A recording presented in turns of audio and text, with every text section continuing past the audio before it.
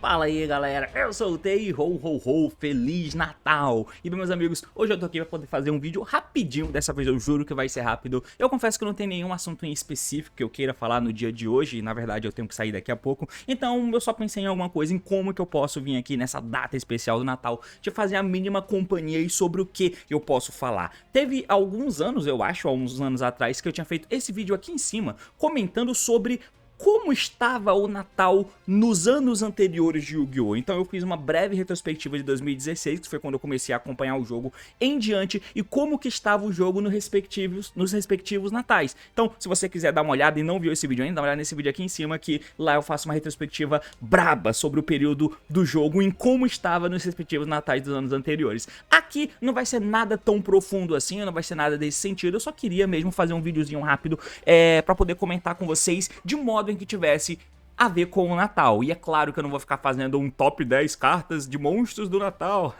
óbvio que não. Mas enfim, o que eu posso falar sobre então? Então eu resolvi vir aqui comentar mais uma vez com vocês sobre um dos maiores traumas desse jogo e o pior Natal da história. Qual foi o Natal mais amaldiçoado do Yu-Gi-Oh! Pois é, se você não lembra, o Natal amaldiçoado do Yu-Gi-Oh! Foi no ano de 2017. A partir dali, nós tivemos um longo período em que o Yu-Gi-Oh! Estava num caminho muito ruim.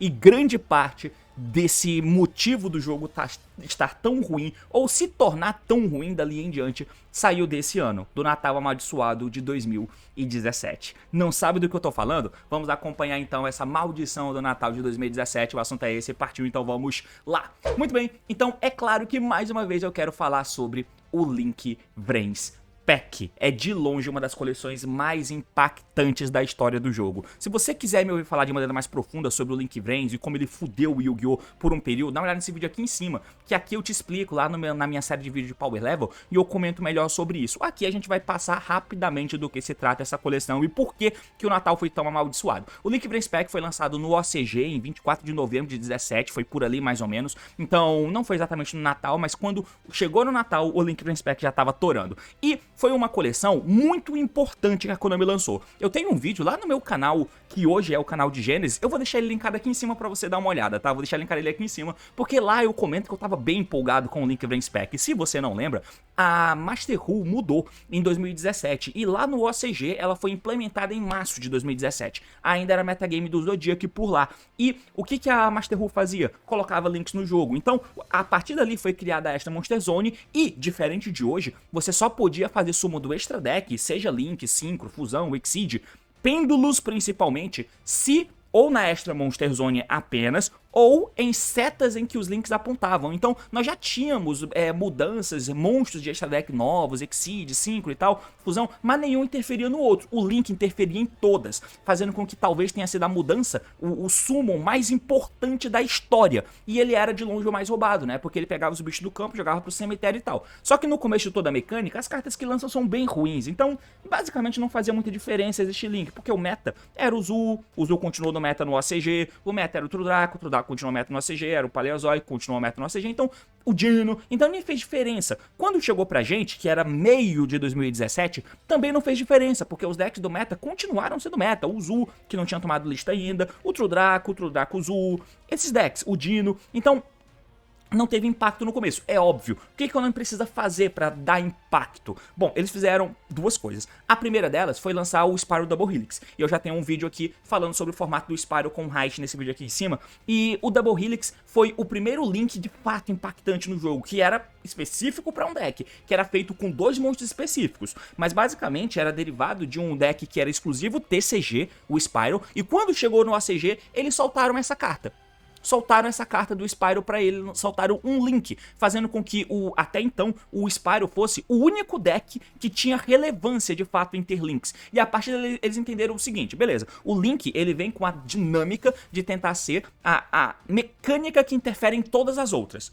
E qual é a relevância dos Links? Nenhuma, porque os Links não eram bons. Era apenas uma carta que você precisava ter, nova pra fazer o que teu deck já fazia antes, que era fazer vários Exceeds, vários Synchros, várias fusões, mas agora você precisava do Link pra poder fazer múltiplas delas, só que os links não eram bons. Então a Konami começou a pensar, beleza, a gente tá obrigando a galera a usar o Link, mas eles só usam porque o Link dá seta, então usam de Code Talk, alguma coisa assim.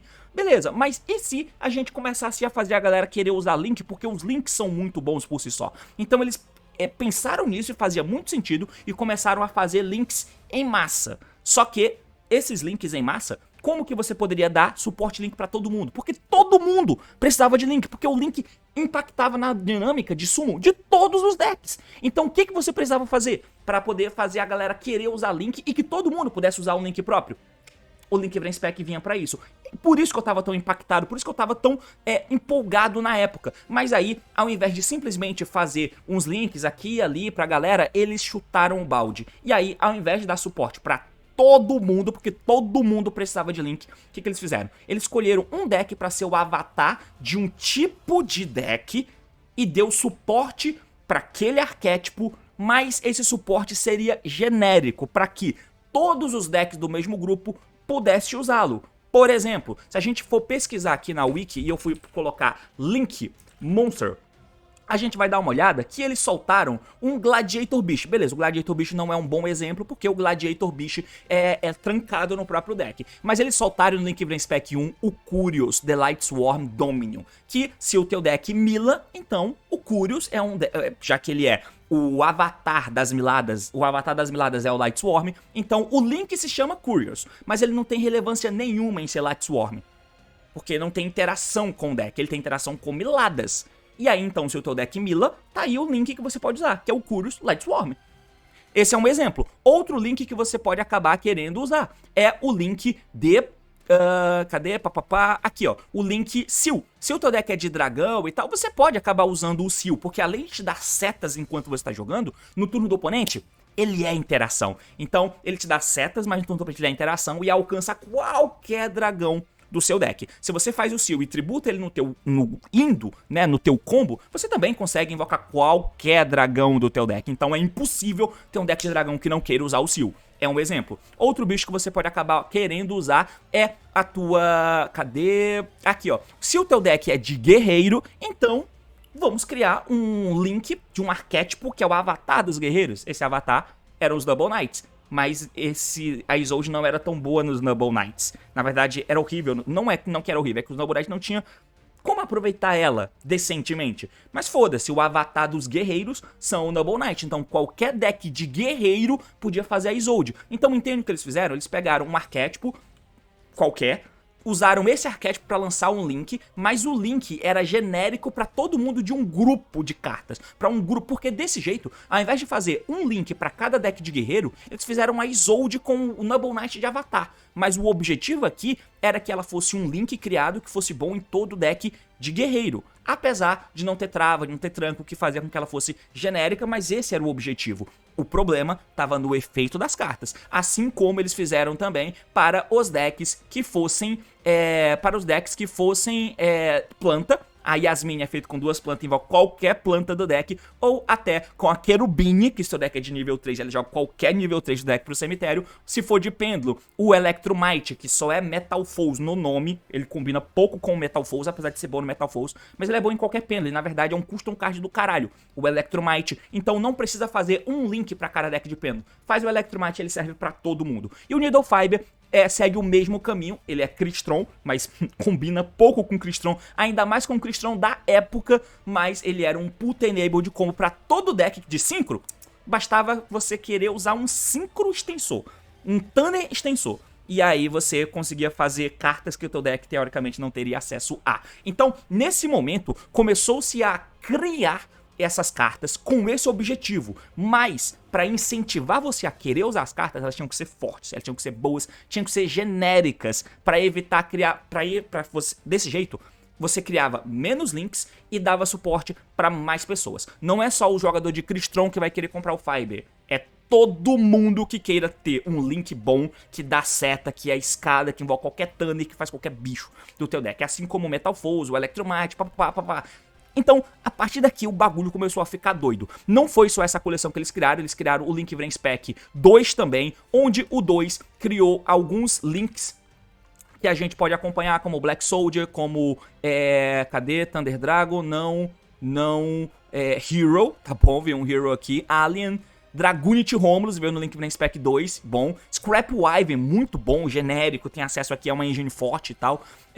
Nordic, legal. Battle Shogun, Link do Six Samurai. Que mais aqui?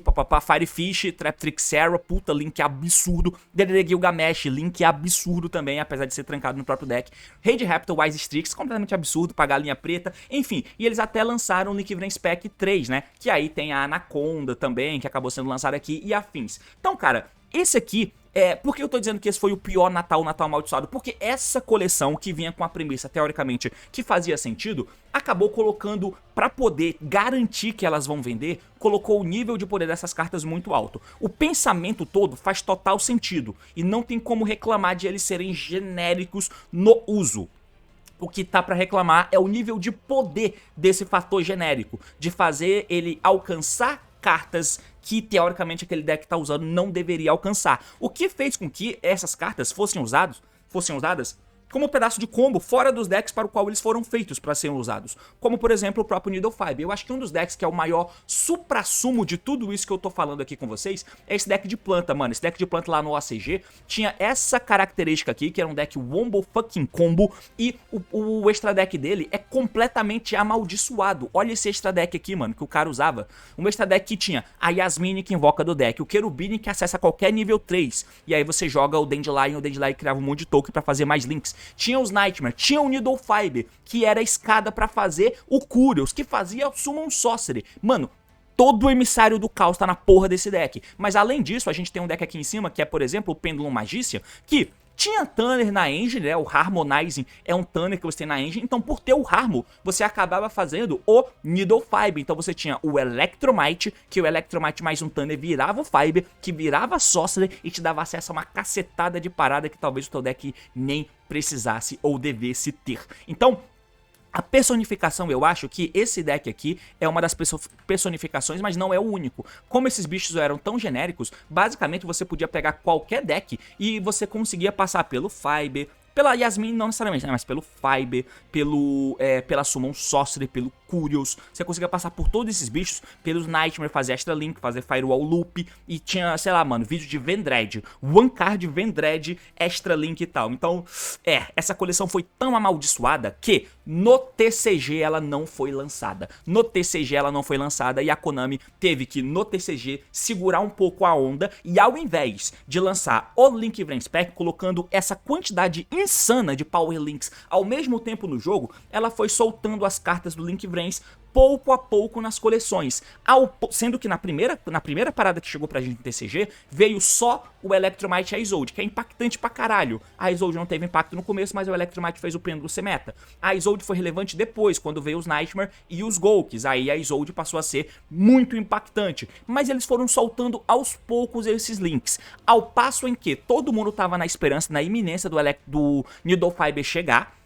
O BA é um deck que ele acabou ganhando muita notoriedade. Tem o BA aqui? Não tem. O BA acabou ganhando muita notoriedade, cara, no jogo também. E ele usava o Fiber, que podia trazer Ghost Ogre, por exemplo, mas também usava Cherubine, né? O BA é um deck que, se você olhar o breakdown desse começo de formato com o Link Brains, ele sempre estava presente. Mas a gente sempre foi esperando que o Fiber fosse lançado e ele nunca vinha pro TCG. Porque o TCG sabia que é quebrado, que essas cartas eram quebradas. E que quando lançasse o Fiber, ia quebrar o jogo. Então, eles seguraram o máximo que deu. E quando lançou, ele não durou tanto. Eu acho que o Fiber deve ter durado 1 ano no TCG, até ele ser banido. E grande prova é que grande parte desses links do Link Brain Spec estão banidos, porque a mecânica é forte, porque eles são roubados e eles foram feitos com a premissa de serem muito genéricos, mas eles serem muito genéricos, invocar bichos genéricos e serem muito roubados ao mesmo tempo, faz com que eles não possam existir. E na verdade a Konami deu o mapa da mina, falando que, tá bom, esse é o tipo de carta que não pode existir, mas esse Natal foi amaldiçoado por causa disso. Foi o Natal em que a gente recebeu o Link Brain Spec, uma das coleções mais quebradas da história do jogo e que mais colocou o Power Creep pra cima. O problema é que, beleza, eles até foram banidos no TCG, talvez não aconteça mais, mas o Power Creep do jogo teve que acompanhar essas cartas lançadas no OCG. É isso que eu tenho medo do OCG, deles enlouquecerem e soltarem de novo uma coleção como essa. Mas é basicamente isso que eu queria deixar pra vocês sobre o Natal amaldiçoado de 2017. Feliz Natal pra todos, valeu, falou e até mais. Tchau.